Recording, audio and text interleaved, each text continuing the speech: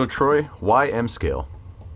Well, we created the M scale to clarify, classify, and communicate the effects of marijuana for medicinal purposes. We saw a need for that in talking to patients.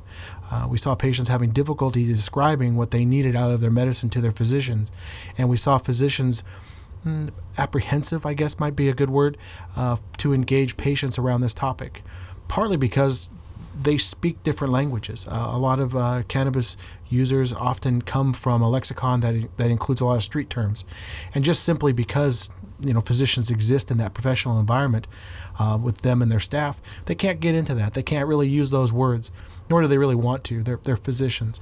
So we decided to create an effects-based language that would bridge that gap, that would allow a patient to talk in terms of effects and requirements, and a physician to be able to hear those.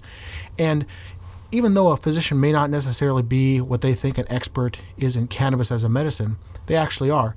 They actually know all about the mechanisms and the effects and the impact that these medicinals have. They just may not know necessarily that they're grouped around cannabis.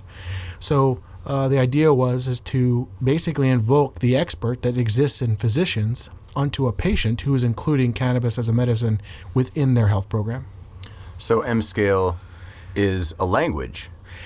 M-scale is a language. It is an effects-based language that replaces basically street lingo, if you want to call it that, with a results-based, effects-based communication tool.